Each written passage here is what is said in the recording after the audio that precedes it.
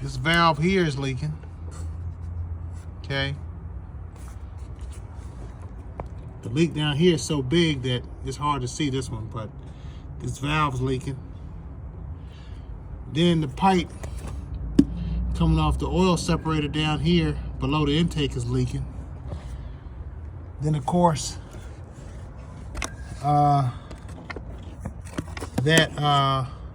rotten hose I had showed y'all earlier is leaking. Can't see it right now. Also, it's a good idea to check your cap, make sure that's not leaking. Make sure we don't have any leaks around the oil dipstick tube. See that? My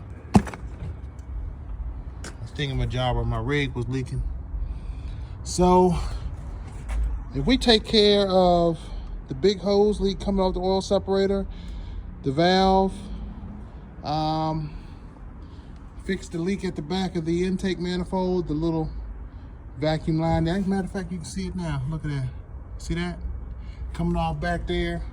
Between them 3 leaks, we're sucking a whole crap ton of air. So I hope this tip will help somebody. They told me that they took this mass airflow off of another car. You know, these sensors are a bit sensitive. You know, it's good to scope them out, but oh man, I really don't like using the aftermarket ones. I haven't had very good results with most of them. I like to see folks using factory mass airflow sensors. And so what I'm going to do is, they said that they had this at 1 or 2 other shops. No, I think it was 2 or 3 other shops. They said they already had a smoke test, and I'm thinking to myself, well, how could they have had a smoke test and nobody gave them any results? And no one gave them any results on what's going on here. I don't understand that. I mean, we have seriously obvious leaks, so maybe someone had a smoke machine and wasn't sure how to use it. I'm not sure about it. I'm not claiming to be super tech or anything like that, but you know, I have a family to feed and a mortgage to pay, so I have incentive to figure out what the heck is going on, so I can get my customer happy, and maybe they'll come back in the future to giving me some work in the future on a different repair. Well, anyways, that's the goings-ons with this with this 015 series. Yes sir, Bob. Yes sir, with the 3.0 inline 6. I believe that's a 3.0. I really don't get these in much anymore, you know.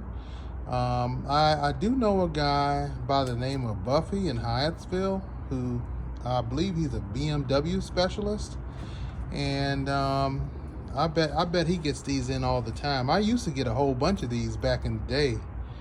I've always found them pretty easy to work on, and pretty straightforward.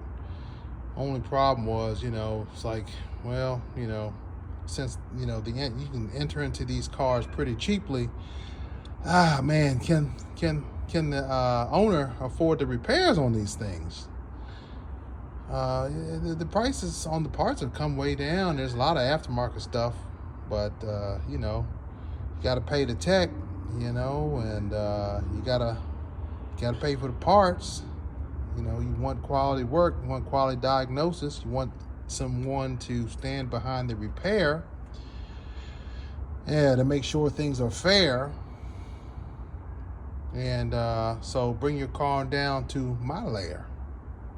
You smell me?